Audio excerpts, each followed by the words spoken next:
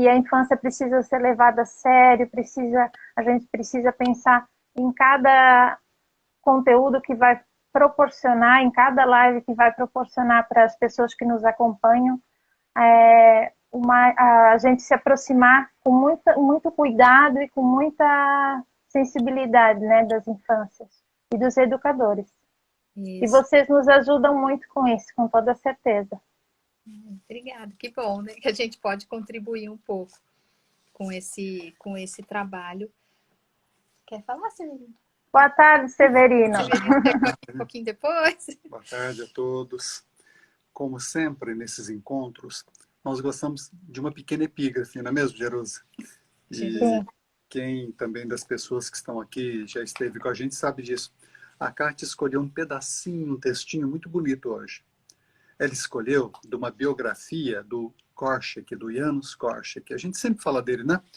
Esse educador humanista, que foi uma das grandes personagens do século XX e que foi o primeiro que fez o primeiro manifesto dos direitos da criança, né? E fez o jornal só elaborado pelas crianças. E depois teve aquele orfanato que faz parte da história do século XX. As crianças participavam da gestão do orfanato, né? E que, heróica e tragicamente, foi morto junto com as crianças, né, num campo de concentração. A Kátia gosta muito dele e um dia ela ficou muito feliz. Sabe aquela felicidade de você até sair do chão, assim, ficar dando uns pulos, assim? Eu vi essa cena. Ela descobriu uma biografia dele. Esse livrinho aqui chamado Janusz Korczak, Mestre da Humanidade, né? Maestro da Humanidade. E aí, inclusive, esse livro foi base para um trabalho dela sobre uma biografia muito bonita do Korczak, né? Num curso que ela fez, foi o trabalho de fim de curso. E tem um pedacinho aqui que ela escolheu, eu queria ler. Geralmente é a Kátia quem lê, né? Mas hoje é o que vou ler. Olha, quanta honra. Ele está falando, o Korczak, de uma experiência das crianças do orfanato, mas de saída, de ida ao campo. Ele fazia muitas saídas com as crianças em sítios, em chácaras, né? Que eles pudessem conviver mais com a natureza ainda. É como se fosse isso mesmo, né? Umas experiências de aprendizagem fora do orfanato. Como se fosse ir a campo, né? Essa coisa tão feliz, né? É uma marca, inclusive, de muitos grandes educadores, né? Você sabe, né? As árvores debaixo das quais o Comênios ensinou as crianças.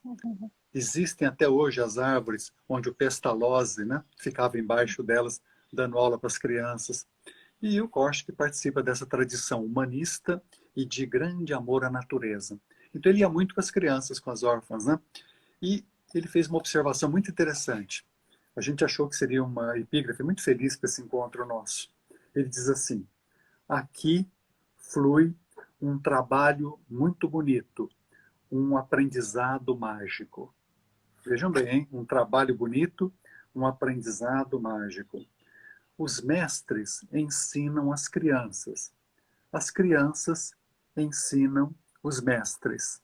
E as crianças e os mestres são ensinados pelo campo, pelo sol, pelo trigo dourado.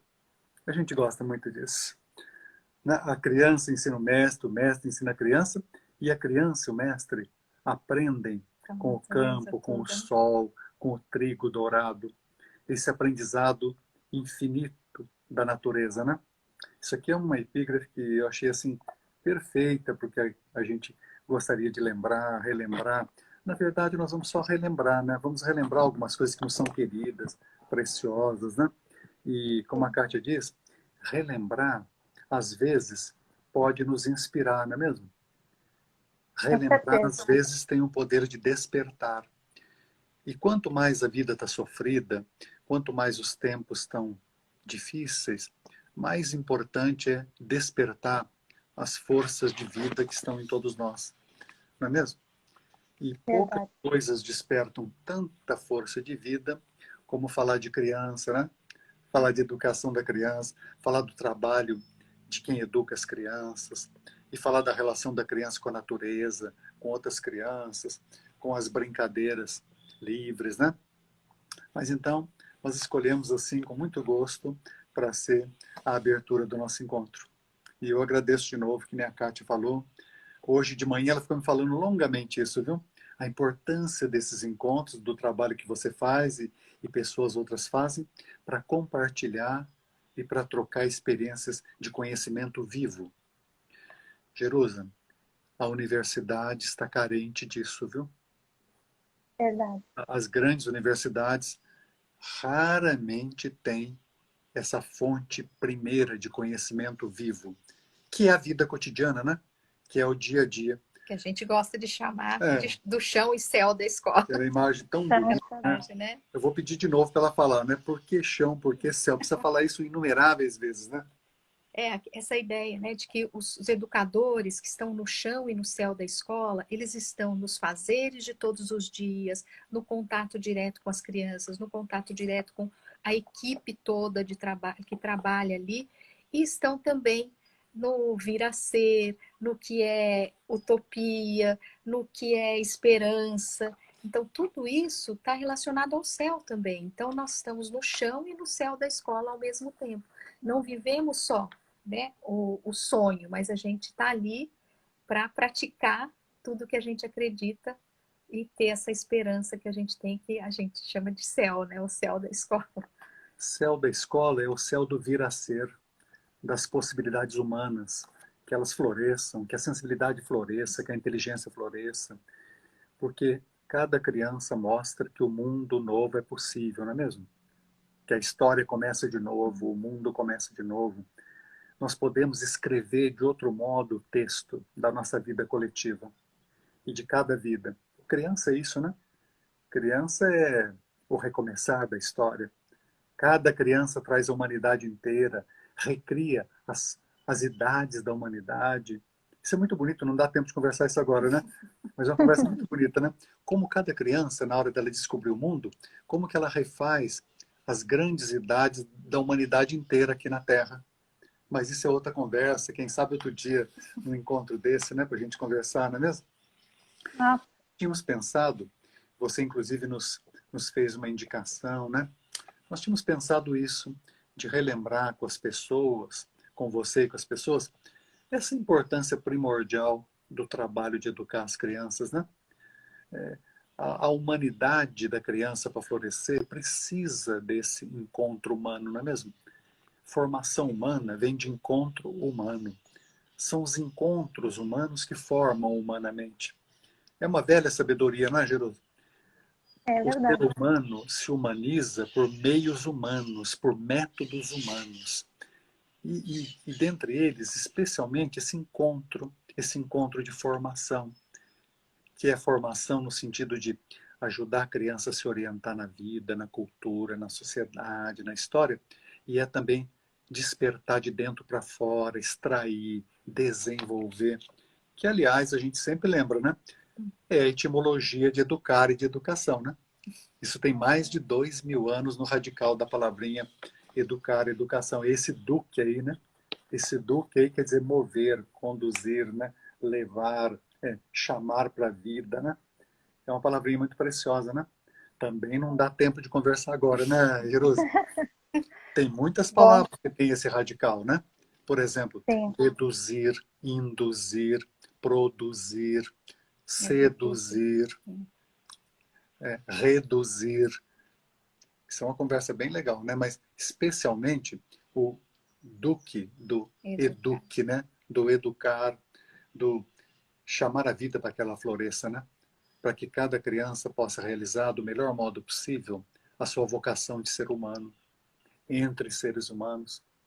E você nos fez lembrar hoje de manhã, com a sua mensagem, o que a gente sempre precisa lembrar. Quanto mais está difícil o momento, mais importante essa lembrança, né? Que as memórias de quem educou a criança, na criança, ficam para a vida inteira. A gente perde essa referência, né? A gente esquece que daqui a décadas essas crianças vão se lembrar de nós. E elas se lembram concretamente, é impressionante. Você é nova, né? Você é muito nova, né, Jerusa? Não sei se você já viu isso aí. Mais ou menos. Você encontrar uma ex-aluna, um ex-aluno já do seu tamanho, maior que você, e eles contam Já. detalhes das aulas, né? Detalhes. Eles nos imitam décadas depois, o modo de andar, de falar, o tom da voz, né? A maneira de escrever. Eu fico muito impressionado com isso. É uma das mais longas permanências humanas, né? A memória nas crianças que depois viram jovens e adultos, das pessoas que fizeram essa abertura para o mundo, né? Esse chamado para despertar a vida. A gente não podia nunca esquecer isso, não é mesmo? E quanto mais esse Verdade. educador se envolve, né, nesse projeto de crianças que são sujeitos entre nós, entre sujeitos, eu acho que essas memórias serão mais ricas, eu acredito. Muito mais bonitas, né? Com E, certeza. e de mais leveza, né? De mais Apesar leveza. dos cansaços todos, há uma leveza aí, né? Do encontro humano, dessas memórias que são memórias de luz, né? Como tantas teorias falam, né? E pensar que perdura às vezes por 80, 90 anos, eu fico muito impressionado com isso, né? E são referências de humanidade, né? Vamos lembrar de novo? A criança precisa desse adulto que é referência. Ela precisa desse adulto que é rosto do que é o ser humano. Ela tem na casa, mas ela precisa também ter na vida fora da casa, né? Na vida pública. Quando a criança sai da casa para a escola, é a primeira saída dela para o mundo público, né? Para a vida dela como uma pequena pessoa da sociedade, né? É o início da sua vida cidadã, vamos falar assim, né? Hoje elas vão mais cedo, né? E estão indo cada vez mais cedo, né? E precisam desses educadores como precisam das outras crianças, né? Como precisam de brincar livremente e como precisam de contato vivo com a natureza. Mas isso é primordial, primordial. Sem isso, nós não viveremos plenamente. Nós precisamos de renascer para isso, né? Para a criança poder estar livremente junto com as outras crianças e brincar livremente e ter contato vivo com a natureza. Por isso, pensando nisso, nessa dimensão do educar, de contato com a natureza, nós escolhemos algumas experiências muito bonitas. A Kátia fez todas elas e muitas pessoas já fizeram também, e nós escolhemos algumas coisas criadas pelas crianças para mostrar, viu, Geru? Se você achar que a gente pode Maravilha. começar a falar isso, Pode. Ei, se você quiser fazer uma pergunta se você quiser antes, fazer alguma fique à questão vontade. também, a gente pode ir conversando, né? Nós tínhamos... Não, a gente quer ouvi-los hoje. Hoje eu só estou de ouvinte mesmo, porque é tão valioso isso que vocês trazem que a gente precisa ouvir tudo que vocês têm para nos trazer. a nossa ideia de falar isso, por causa dos momentos que estamos vivendo, né? E essa Sim, grande crise, e tanta solidão, não é mesmo? E tanta ausência de sim, natureza. Lembrar que mesmo em casa, mesmo na necessária solidão da pandemia, a gente tem que preservar a vida, né? A gente precisa cuidar da vida da nossa, dos outros, de quem cuida das crianças, né? A vida das crianças. Mesmo assim, é possível ter pequenas experiências bonitas com a natureza, né? Outro dia a Kátia estava sugerindo para as pessoas plantarem uma sementinha de girassol. A criança dentro do apartamento planta um girassol e a plantinha começa a crescer. E é uma felicidade muito bonita ver a alegria da criança comemorando a plantinha nascendo, né? Pode ser um feijão, né? Pode ser uma batata doce, não é mesmo? Nós ganhamos um grande presente esses dias, viu? Uma batata doce florescendo do nosso lado. é muito bonito. São experiências simbólicas de natureza, né? Sim. Vou perguntar para a Kátia de novo. Por que girassol? Você estava sugerindo girassol? Não, é que o girassol é uma planta encantadora para a criança. Ela vê aquele girassol nascendo, ela fica assim, ela fica espantada com aquela beleza e com a semelhança em relação ao sol. Então, o girassol não tem só o nome girassol, mas tem também uma semelhança com o sol. Então, eu acho que é uma planta que dá esse espanto na É. criança, essa E a curiosidade. busca de luz também, né? A busca de luz que ela tem também, que ela procura, né? A luz do sol para quando ela está, Isso, principalmente numa área externa, né? Ela se é isso volta mesmo, ela para a se luz, volta né, para a do luz. sol, ela se parece com o sol e ela alimenta a admiração, o espanto, a curiosidade da criança e o cuidado, né, Jerusa? Como a criança precisa vitalmente de cuidado, ela também precisa cuidar, porque aí ela experimenta, né, o cuidado na sua inteireza. E a gente sempre fala que precisamos criar alternativas. Nesse momento, às vezes, a única alternativa é cuidar de uma plantinha ou de um bicho em casa, né? Mas a hora que nós pudermos voltar, e a gente espera que vamos poder voltar gradativamente, com cuidado, com todos os cuidados, aí não vamos nunca esquecer da importância de criar alternativas para não deixar a criança confinada, e principalmente confinada diante das telas, né? Vamos trazer de novo a criança para as outras crianças, para a natureza, para os seus adultos referência. Tem uma experiência que a gente viveu numa escola de ensino fundamental 1, 2 e ensino médio, lá no Vale do Paraíba, entre o Rio e São Paulo. Não sei se você conhece, não sei se as pessoas conhecem. Entre o Rio e São Paulo, é o Vale do Paraíba, né? Reunião de família, aquelas chamadas reuniões de pais. A Kátia ia falar. Momentos antes dela falar, olha o que aconteceu, é uma experiência simbólica para nós. Eu já contei isso algumas vezes, mas eu gosto de contar, Jerusa, porque para nós vermos como a criança, eu gosto de dizer que a alma da criança gosta da natureza. Então, mesmo aquela criança que está já nas telas, que fica o tempo todo na TV, eu cheguei para falar, mas a coordenadora ainda estava falando, eu fiquei de fora esperando, porque para não atrapalhar eu ia entrar depois. Só que eu vi uma criança com a inspetora, ela pedindo para a inspetora entrar e pedir para o pai o tablet, porque ele queria o tablet, uma criança de 8 anos, 7, 8 anos, uma coisa assim. E aí eu vi que a inspetora tentava explicar para ele, olha, mas não dá, vou interromper, como é que eu vou lá? Tentando, né, com o maior cuidado, e o menino, não, mas eu quero o tablet, não sei o quê. E aí eu olhando aquilo, falei, bom, deixa eu entrar na conversa, né? Daí eu fui e falei, eu tô vendo que você tá querendo o seu tablet, deixa eu perguntar uma coisa, será que você não consegue, se você não tem alguma brincadeira que você pudesse me ensinar? Primeiro ele ficou assim, espantado, porque ele não me conhecia. E aí ele ficou olhando assim para mim, eu falei, eu tô achando que você sabe alguma brincadeira. E aí ele, eu sei fazer mágica.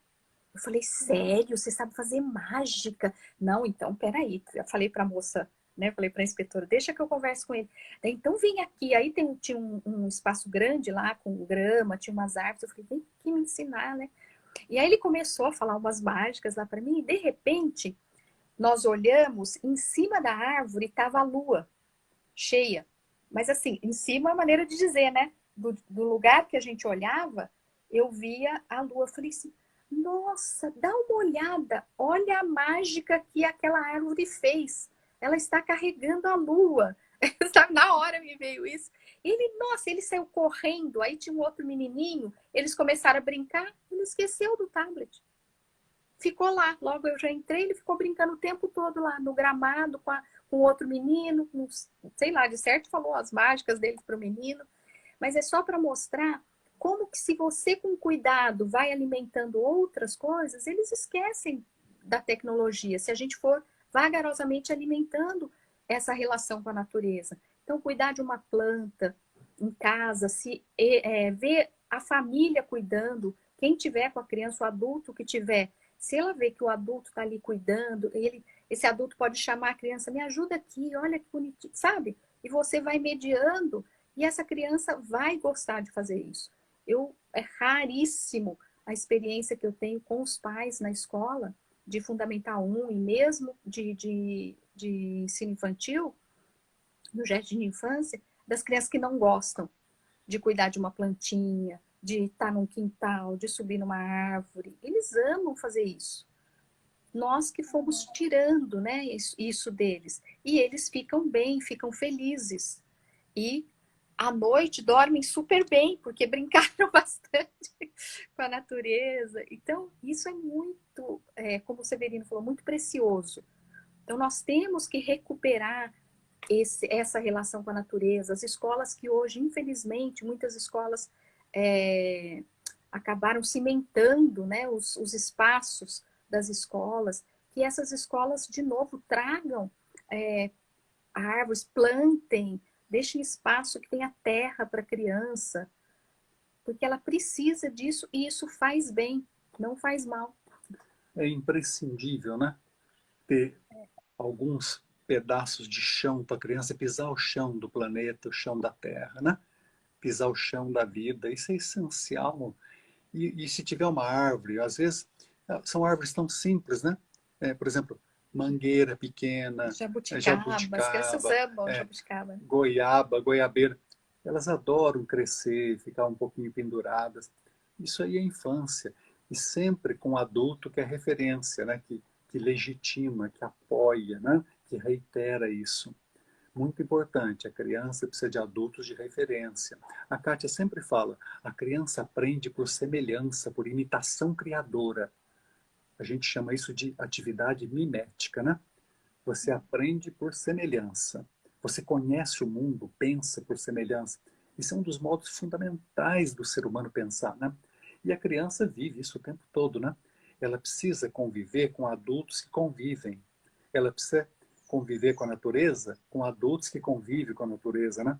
Ela precisa de cuidar de um bichinho, de uma planta, junto de adultos que cuidam de um bichinho, de uma planta.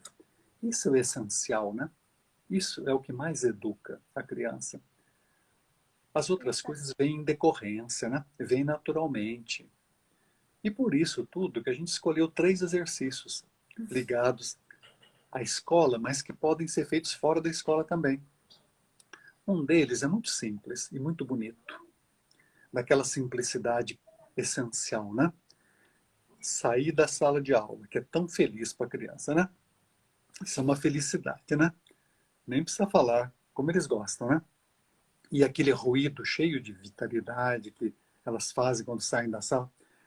A Kátia, eu vou pedir para ela falar um pouquinho mais de detalhe. Dava uma volta com eles, com elas, pela escola, para ver com olhos livres, para passear com os olhos, para olhar livremente.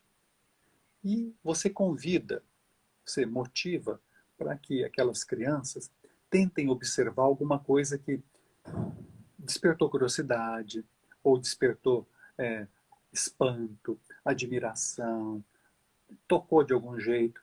A gente pede, né, para observar algum detalhe e fazer pequenas anotações, ou então falar depois. Porque Né? com as crianças pequenas, a gente fazia isso, vamos descobrir uma coisa que a gente nunca viu aqui, né? A gente sai no espaço fora da sala e as crianças vão descobrir coisas novas. Então, o que você nunca viu? Então, elas vão falando e a gente vai anotando. Então, isso depois viram pequenos textos que a gente chama de haikai a partir da própria fala das crianças, no caso das crianças pequenas. E a gente já citou algumas que mas aqui eu escolhi 4 que a gente nunca falou, para falar agora com a Jerusa aqui. Esses aqui você não... honra. Eles estão no livrinho, né, no voo, né? Que é muito querido para nós. Aqui tem décadas de vida e de trabalho da gente, né? Mas tem 4 aqui que a Kátia nunca falou, Jerusa, nenhuma vez em público. Mas esses são de crianças maiores, não né? tem importância, né? Tá. Mas, ó, o que inquietou você, o que fez você se admirar, o que espantou, o que despertou curiosidade, o que mexeu com você, elemento da natureza. Nessa pequena viagem, esse passeio fora da sala de aula. Essa pequena travessia, né? A primeira é assim, os pássaros cantam como cada sonho realizado. Depois, nas árvores, os casulos sonham e acordam borboletas. Olha só. Você vê, o símbolo aí é natural e vivo, né? A metáfora é viva. Não é um conhecimento morto. Não é um conhecimento que veio no material didático e que precisa ser revitalizado. Ele é fonte primeira. Você pode ler de novo? Nas árvores, os casulos sonham e acordam borboletas. Imagina a metáfora. Isso parece escrito por algum grande romântico, né? Os casulos sonham e acordam borboletas. Agora, e é interessante que isso também dá para fazer com os próprios professores também fazendo, né, Jerusa? Como um exercício. Então, para eles também repensarem, refletirem essa relação com a natureza. Então, os professores também fazendo esses pequenos textos, né? Aliás, sempre que a gente fez formação de professores, a gente pede primeiro para eles experimentarem, para eles sentirem o sabor, para depois poderem fazer com as crianças. Para eles sentirem também como eles são autores, como eles são capazes de criar, como eles são capazes de criar novos saberes. Isso é muito importante, né? Muito importante. E aí, depois eles fazem com outro gosto, né? É outro sabor, né? É outro saber, é outro sabor, não é mesmo? E tem um aqui que eu gosto muito, porque a criança fala da infância como se fosse Assim, um coisa longe, longínquo é tempo. verdade. E é uma criança de 11 para 12 anos. Queria que a Cátia lesse. Chuva de inverno, jabuticabas crescendo. Lembrança da minha infância. Imagina, não dá a impressão que é uma pessoa assim, de muita idade, né? Muito. E jabuticaba, jabuticabeira, não é uma experiência simbólica da fecundidade da natureza? Acho que todo mundo que está ouvindo a gente aqui, vendo a gente, já viu jabuticabeira carregada de jabuticabas, não, Geraldo? Eu Aliás, acredito que sim. essa é uma cena feliz do Brasil, não é mesmo? Da nossa memória de fauna brasileira, né? Tem um aqui também que eu escolhi, uma paisagem muito suave. Vou pedir para a Cátia ler. Okay. Chuva cai suavemente.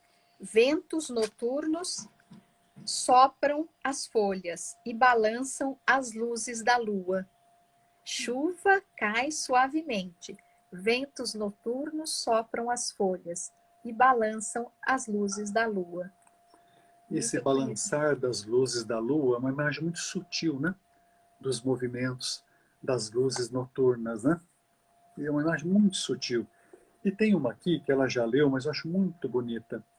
Essa daqui é muito impressionante, por causa da carga existencial que tem aqui na menina de 11 anos. Leia só mais essa pra gente. Essa daqui? É. Filha única, sozinha pelo mundo, a última flor. A menina descobre uma última flor na planta e diz: filha única, sozinha pelo mundo. É uma dimensão, né? É outra dimensão, né? Abre-se uma outra dimensão. Nós temos alguns livros que são muito queridos para nós, né? Esses livros são pedaços da nossa vida, da nossa história, dos nossos corpos até, né? Tem um, não sei se você conhece, chamado Infância. Você conhece, Jerusa? Que são pequenas historinhas.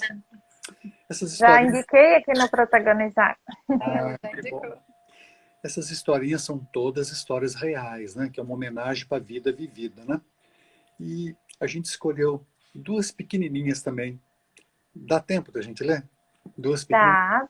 Tá. De cenas de natureza. São cenas de natureza, né? Então tem uma que é o céu de cada um. Você quer que eu acenda mais a luz? Não. Não?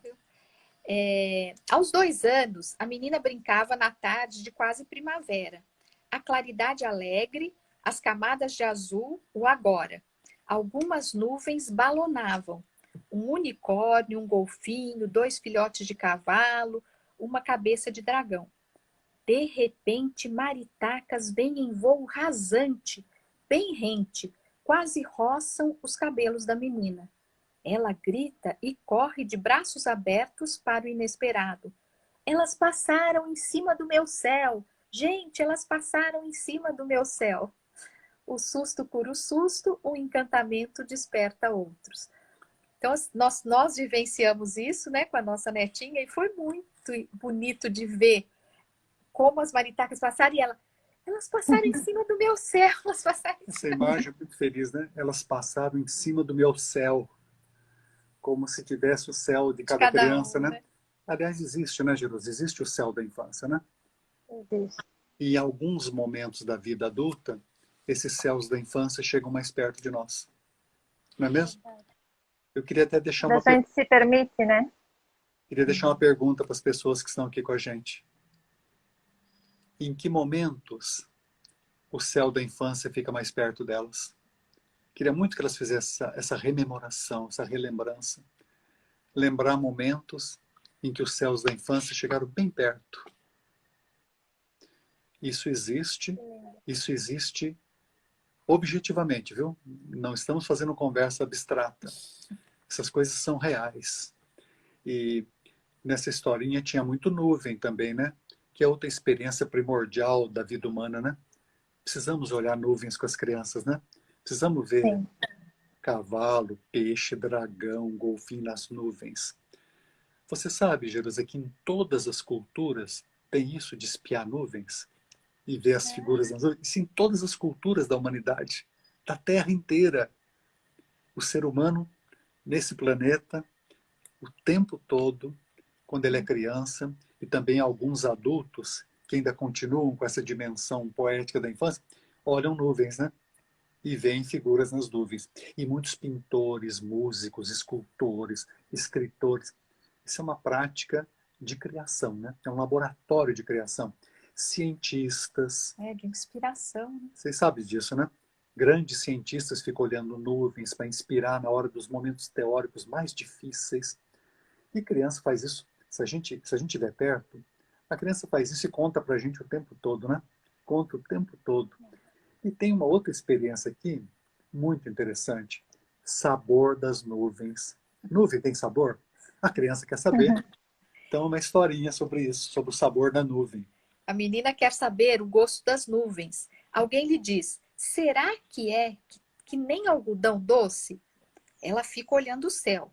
Depois de alguns silêncios, discorre. Em elaborada hipótese, tem uma máquina com um pescoço muito grande. Não é o nosso pescoço, é diferente. Vai lá nas nuvens, pega um pouco, coloca na sacola e traz. Pensou um pouco mais. A gente imaginou que ela ficou pensando, porque o algodão doce tem várias cores hoje, né? Eles põem aqueles produtos. Anelina. Né? Aí ela falou, no céu, cada hora tem uma cor. Tem nuvem branca, rosa, azul, cada uma com um gosto. De engenho em engenho, a infância reconstitui o mundo. Então foi muito legal também, né? Ela imaginar uma máquina subindo na nuvem, pegando a nuvem, colocando numa sacola e trazendo. E é fazer hipótese, né? Porque a criança é uma imaginação muito engenhosa. Jerusa, você se lembra que a palavra engenho quer dizer talento, né?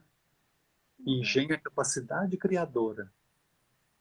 Inclusive nos dicionários ainda existe isso hoje em dia, né? Por séculos, engenho era capacidade criativa. Engenho é você ser capaz de fazer coisas novas, de resolver os problemas de novos modos. Isso que é engenho. E para nós deu a palavra engenharia, que às vezes mantém esse espírito, às vezes não mantém, né? Muitos engenheiros não sabem que a palavra engenho tem essa... Mas engenho é talento, é criatividade. E as crianças têm esse engenho de fazer hipóteses para explicar o mundo, né? Elas querem saber como que o mundo nasceu, né? Por que as coisas têm o nome que têm, né? Por que existe masculino e feminino, homem e mulher. Elas querem saber quem que é o Deus de Deus. Elas fazem perguntas assim, que são a base da ciência, né?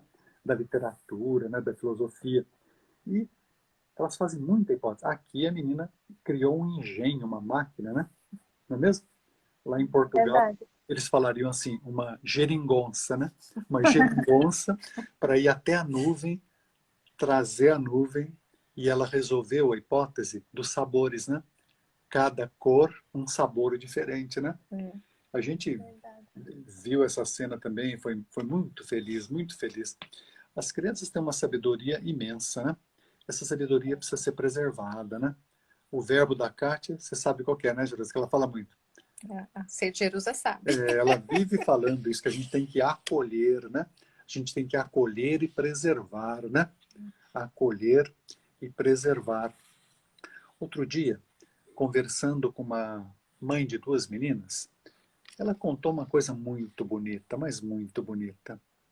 E eu queria que você observasse com as pessoas como que a criança faz teorias cosmogônicas, teorias da origem da vida, da origem do universo. É muito bonita essa experiênciazinha aqui.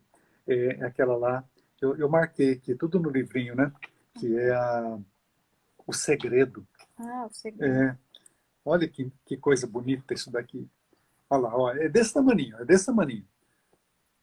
Dentre a aura da tarde, a menina bem pequena caminha levemente. Com as suas mãos em concha, carrega uma penugem que vem a ser um ovo, de onde vai nascer um pássaro. Então, a penugem é um ovo que vai nascer um pássaro. Conta baixinho para a mãe o segredo da origem e delicadamente sopra a asa futura. A ave já em voo através do céu da infância. Imagina a menininha vir com as mãos em concha. Acho que todo mundo sabe, né? Quando você faz a mão em concha, é um gesto de cuidado, né? É um dos gestos humanos mais de cuidado, é fazer a mão em concha. E era uma penuginha pequenininha. E ela disse que dali, daquela penugem, é que nasce o ovo, de onde vai sair a ave, que vai ter penugens. Você vê como é? É como se fosse um mito da antiguidade, né? E aí ela sopra a penugem. Isso é um gesto mito-poético, né? Ela sopra. E olha, importante, ela vem mostrar para a mãe. Nunca podemos nos esquecer disso, Jerusa. A criança precisa de alguém para mostrar. A gente sempre fala isso, né? É. A gente precisa saber que a criança quer mostrar para a gente. Ela quer a nossa escuta. Ela quer o nosso olhar. Ela precisa que a gente receba isso, né? Muitas vezes ela faz essas hipóteses de pensamento mágico e pergunta para a gente, é assim, não é? Não é verdade? Ela pede a nossa confirmação, a nossa reiteração, né? Isso aí é a poética viva da infância, né? A Kátia estava com uma ideia interessante hoje também de falar para você, que quando a gente fala o poético, a gente não está falando necessariamente de poema, de livro de literatura, viu, Gil? Não é isso. Acho que vocês sabem que não é isso, né? Quando a gente fala do poético, é a dimensão poética da vida. É essa dimensão criadora, de sensibilidade, né? De descobrimento, de curiosidade criadora, de afeto, que é forma de conhecimento. É isso que é a dimensão poética da vida, né? Para nós é isso daí, quando a gente fala, né? E que às vezes vira poema, né? Às vezes. A Kátia queria ler um pedacinho do Murilo Mendes sobre isso. Ela disse que ia ler para você e para as pessoas que estão A Jerusa aqui. conhece, né? Que está naquele livrinho. Esse é o outro livrinho, né? O Poética da Infância, né? E aí a gente Eu emprestei todos os meus livros da editora Passarinho de vocês para alguém, porque como a gente estava falando muito de vocês no Protagonizar, foi despertando, né, o interesse e a curiosidade de muitas pessoas, e aí eu acabei emprestando os meus livros. Mas para quem tiver interesse, até o Renato está aqui, da editora Passarinho, tem esses 3 livros citados por eles, do Severino e da Kátia, que é a Poética da Infância, Infâncias, e o Voo dos que Ensinam e Aprendem. Eu não sabia que o Renato está aí, Que Jerusa. bom, Renato.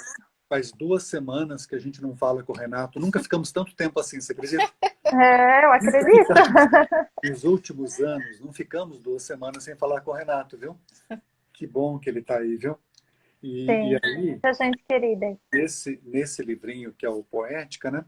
Tem um pedacinho do Murilo Mendes que define bem o que é a dimensão poética da vida. Ele diz, a nova educação deverá fazer do homem um poeta em todas as idades, sem que lhe seja necessário escrever versos. Viver a poesia é muito mais necessário e importante do que escrevê-la. É isso. Então, isso que o Severino, né, acabou de falar. É isso, né? A dimensão poética não é necessariamente a poesia em si. É viver poeticamente, né? E acolher essa poética natural da infância. Existe uma poética do princípio, do começo, das coisas que começam. A maneira mais direta de ver a poética da infância é ver o momento em que a criança está descobrindo a palavra e o mundo ao mesmo tempo, né? A palavra não se separa do mundo, né? A hora que a criança está aprendendo as palavras, o mundo está nascendo junto, né? E a hora que o mundo está nascendo junto, isso é um momento poético, né? Porque isso aí é Gênesis, né? E poesia é isso, né? Poesia é nascimento de sentido. O poético é isso, né? Quando as palavras são geradoras de novos sentidos e elas são vivas. A palavra na poesia, na literatura, ela não fala sobre alguma coisa, ela é a coisa que ela falou. E a criança é assim, na linguagem da criança, né? A criança vive as palavras, né? E aí, mais uma experiênciazinha. Além dessas pequenas narrativas, que a gente sempre pede, Jerusa, vou pedir licença para falar de novo, vamos registrar essas experiências com a criança. Vamos fazer caderninhos, livrinhos, né? Vamos fazer esse tesouro, esse livro da vida. Vamos anotar essas coisas dentro de casa, na escola, e depois mostrar para as crianças. Elas ficam encantadas, né? Quando elas descobrem que elas são personagens daquelas histórias. Elas se sentem muito impressionadas, né? Acho que todo mundo já viu isso, né? Quando você conta alguma memória da criança para a criança, né? Ela fica muito impressionada. A gente precisa registrar. O registro é muito importante, né? Isso, e ainda mais esses registros poéticos, né? Para a criança ver o descobrimento do mundo, dela mesma, dos outros, das palavras, né? Elas começam em casa com os pequenos desenhos, que elas fazem desenhos tão poéticos. Às vezes a gente olha, é um rabisco, mas se a gente for olhar mesmo, aquilo tem alguma poética ali. E a gente guardou muito os nossos filhos, né? Que a gente até colocou em livro, os desenhos, porque são coisas muito bonitas que eles fazem livremente, não aqueles desenhos que o adulto pede para ele fazer, né? Então, eles gostam de desenhar da forma como eles sentem e veem aquilo. Então, para eles, aquilo é uma formiga, aquilo é um bichinho, enfim. E é muito importante, vamos lembrar a antiga sabedoria, conversar com a criança sobre o desenho. Jamais chegar e falar, ah, isso é uma formiga, né? Porque provavelmente não é, né? É uma outra coisa, né? E eu sabendo disso, isso é uma coisa que eu gosto de falar, porque muitas vezes a gente, na correria, não sei, a gente acaba falando, nossa, que lindo a sua formiga, ou que lindo, e eu já fiz isso, e não era, eu achando que era um arco-íris, eu fui, nossa, que lindo o seu arco-íris. A minha neta séria olhou para mim, vovó, isso aqui é o caminho de cada um. Cada vez que a gente fala isso, a gente fica sem... Eu fico sem voz, porque quando eu fiquei assim, ela tinha uns 3 para 4 anos, quando ela falou isso para mim. E eu que falo, pessoal, não fale. Então, de repente, isso é um exercício que nós temos que fazer, porque a gente tem a tendência de falar. Então, a gente tem que tomar cuidado. Primeiro, o que é? Se ela perguntar pra gente, ó, tá aparecendo algo, mas se não, tem que deixar ela falar o que é. É muito importante a criança ver, sentir que a gente está conversando sobre o desenho, né? Conversando sobre as palavras dela, sobre as metáforas que ela faz. E vamos registrar isso, né? Vamos fazer pequenos cadernos que são tesouros, depois são ofertados para a criança, né? Isso precisa ser desde pequenininho, né? A gente puder registrar as primeiras palavras, né?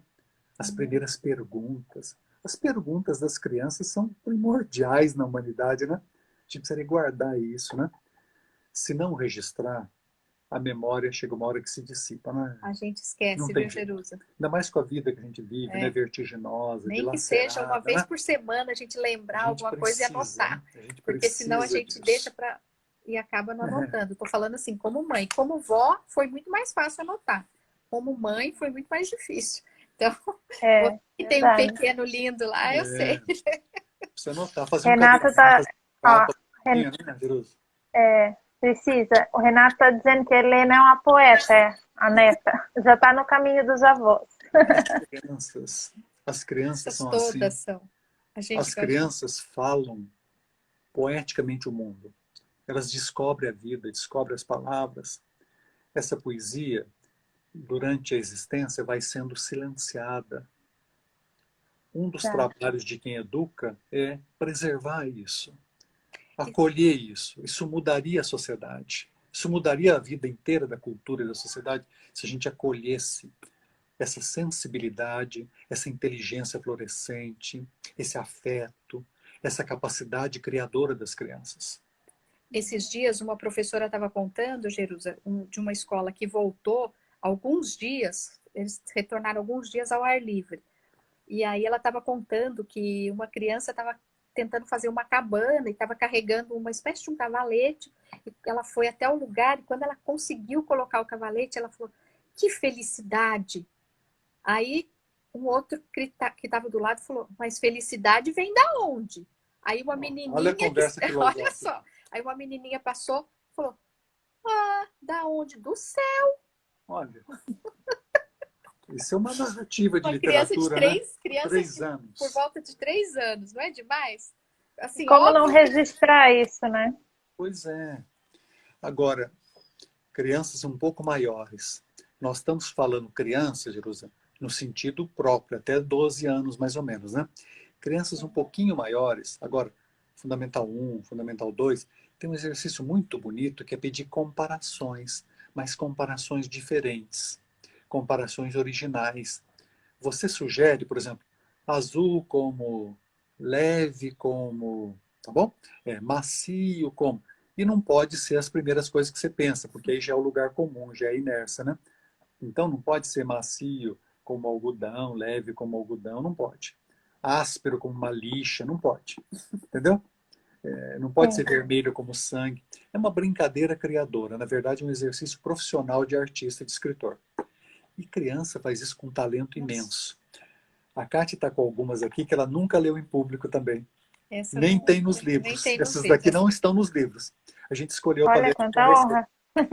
tá bom? Ó, uma criança pôs assim, leve como uma flor caindo no lago. Isso é muito leve. A gente vê a flor caindo, né, no lago. Depois, claro como a cor dos seus olhos, me iluminando em um dia chuvoso. Elaborado, né? Olha como Elaborado. esse elaborado. O dia chuvoso normalmente é mais escuro, Não né? é? É. Depois, claro como a cor dos seus olhos me iluminando em um dia chuvoso. Quantos anos tem essas crianças? Essas eram do Fundamental 1, é 8, 9 anos. 8, 9 anos. 7, 8. Acho que todo mundo está vendo como a criança elabora o mundo. Como a criança elabora as sensações, as experiências. Ela elabora muito, é muito mais do que a gente supõe, né? A gente adulto. Mais uma de leveza aqui que eu gostei demais o dia que a Kátia me mostrou. Leve como o papel em que lá escrevi um poema. Oh, olha a homenagem para o papel do poema, não? Leve como o papel em que lá escrevi um poema. As minhas colegas falavam, as minhas colegas, porque eu dava aula de filosofia para criança e fazia esses exercícios com eles. E as minhas colegas, que eram as professoras de sala, falavam, Kátia, mas como que eles escreveram isso? Elas mesmas, sabe? As próprias crianças ficam espantadas do que elas mesmas escrevem e as professoras também, mas é um exercício basicamente simples. É lógico que você tem que criar um campo, né, para isso, e eu fazia isso tanto com os alunos quanto com os professores na formação.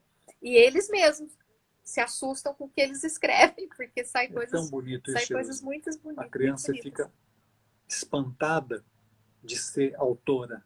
Professora também, o professor, elas ficam assim tocadas quando descobrem sua capacidade criadora. Isso é muito importante, porque isso dá esperança de que nós podemos aprender e podemos criar e podemos viver. Muito importante isso. Queria que ela lesse mais um aqui que eu gostei demais. Só mais 2 pedacinhos. Tem uns Dá monte. tempo ainda. Tem brilhante como a luz do pôr do sol, refletida em seus olhos. Imagina. E A claro, luz do pôr do sol refletida em seus olhos. Você vê? Tem um olhar aí, tem um olhar específico de alguém aí, não tem? Tem um rosto aí. A luz do pôr do sol refletida nos seus olhos. E essa daqui também, olha uma ambientalista, uma criancinha aqui de preservação da natureza, olha lá. claro como o mar da praia que ninguém ousou tocar. Nossa, Esse é profundo. o mar que tá limpíssimo, né? Agora eu queria só mais isso daqui. Agora um homem de 60 anos que ainda era uma criança, um grande amigo nosso do Rio Grande do Sul, chamado Cabeto. Um dia nós estávamos fazendo esse exercício com um grupo de pessoas que escrevem. E olha o que ele escreveu. Escuro como o buraco da fechadura. Eu nunca mais esqueci isso. Eu nunca mais vou esquecer isso enquanto eu tiver memória. Olha, isso não é literatura? E a criança faz isso brincando, viu? Para a criança isso é brincadeira fazer. Para a gente é um ritual de criação, né? Mas são muitas histórias, muitas conversas, né, Júlia? Essas conversas são infinitas, não são? Elas se abrem para o infinito da vida, né? Ficam num lugar muito precioso dentro da gente, né? Que a gente deve preservar mesmo. Eu não sei se alguém fez alguma pergunta, né? Nós nos empolgamos aqui. Acho que eu falei demais, né? Vamos ver se... Não, excelente. É como eu falei de início, a gente está aqui hoje para ouvi-los, porque tudo que vocês nos trazem vai justamente nos nutrindo disso tudo que vocês estão falando, que é tão importante. Não, o pessoal foi fazendo vários comentários, alguns lembrando do seu tempo de infância, que também observava as nuvens. Enfim, vários comentários assim de lembrança, vocês foram instigando isso, né? Eu acredito em todas as pessoas que estão aqui conosco. E também agradecendo, falando o quanto que é valioso ouvi-los. Enfim, foram mais nesse sentido, não necessariamente perguntas. Tá bom. Tem um textinho aqui, Jerusa, desse livro, né, do voo, que eu acho que vai ao encontro das coisas que a gente sempre conversa, que é sobre a questão da educação, né? Hoje, o pessoal fala, como vai ser a educação do futuro? E aí é um texto que o Severino escreve assim, a educação do presente e do futuro precisam assumir o desafio de formar pessoas que se reconheçam sujeitos entre sujeitos, autores entre autores, que se sintam ao mesmo tempo criaturas e criadores de cultura, de história, de sociedade. Então, eu acho que é fundamental, como eu comecei falando, né, no início, esse trabalho que você está fazendo, porque isso contribui para que os educadores possam se sentir autores e se sentir criadores, né? Então, eu acho que isso é muito importante. Eu lembrei desse pedacinho aqui, marquei, porque é uma coisa que a gente vem falando, né? Muito tempo. Então, essas pessoas que estão no chão e no céu da escola são autores também, precisam se sentir autores, precisam serem reconhecidos como autores, né? A autoria não está só nos livros, no trabalho da universidade, ela está nessa relação entre teoria e prática, que quem está no chão e no céu da escola sabe muito bem. Quando a gente se sente autor, quando a gente se sente protagonista, falando até da página, a gente consegue, eu acho que, transmitir isso para as nossas crianças, para que elas também sejam, né? E a gente precisa acreditar nisso para passar a verdade para as crianças. É isso mesmo. Isso mesmo. E elas precisam sentir que a gente sente isso, né, Jerusa? Verdade. Porque aí tem vida, né? Aí tem, quando elas sentem que a gente está sentindo o que está falando, aí tem vida. Isso mesmo. Mas olha... Você quer terminar com o corte? Não, eu gostei tanto. Eu não sabia que a Kátia ia ler esse pedacinho, viu? Eu não sabia. Eu fiz surpresa. Eu não sabia disso. Isso é muito bom. Eu queria só agradecer de novo. Eu não agradeci no começo, estou agradecendo de novo agora. E essas conversas, elas são sem começo nem fim. A gente sempre fala isso, né? Elas são abertas para a infinitude, né, dos encontros humanos. Obrigado, Jerusa. Então, obrigada também. Imagina, eu que agradeço imensamente. Antes da Kátia ler, eu acho que o Instagram está dando sempre uns minutinhos para a gente. Vamos torcer que ele dê também esses minutos hoje, além da 1 hora. Eu escrevi um singelo parágrafo falando de vocês dois que eu queria falar antes da Kátia finalizar. E aí a gente finaliza com a Kátia. E eu agradeço imensamente a todos que estão aqui conosco, todos e todas, e ao Severino e a Kátia mais uma vez por ter aceito esse convite, que para mim é um presente, e eu acredito que, pelo que eu li nos comentários, também é um presente para todos que estão aqui nos acompanhando. Para nós também. E diz assim, a soma Severino e Kátia produz luz a quem acredita na transformação do mundo pelas mãos dos educadores e pela escuta das infâncias. Muito obrigada. Nossa, muito obrigada. Obrigado, então eu acho que eu vou ler, então, para terminar, se der uns minutinhos, um trechinho do Janusz Korczak, que a gente gosta muito, que diz: a criança é sempre um recomeço da humanidade, uma nova partida rumo ao infinito, uma parcela do espírito humano que poderá ser o canal de uma nova mensagem ou o nascedouro de um novo tempo para todos os seres humanos. E anos forte. E com essa beleza toda, a gente encerra esse encontro muito lindo. Mais uma vez, muito obrigada. Obrigada. Um excelente final de ano para todos nós, com muita esperança que 2021 seja melhor. Com certeza. Obrigado. A gente vai estar junto. Amém. Obrigada, pessoal. Grande beijo. Obrigada a todo mundo aí que participou.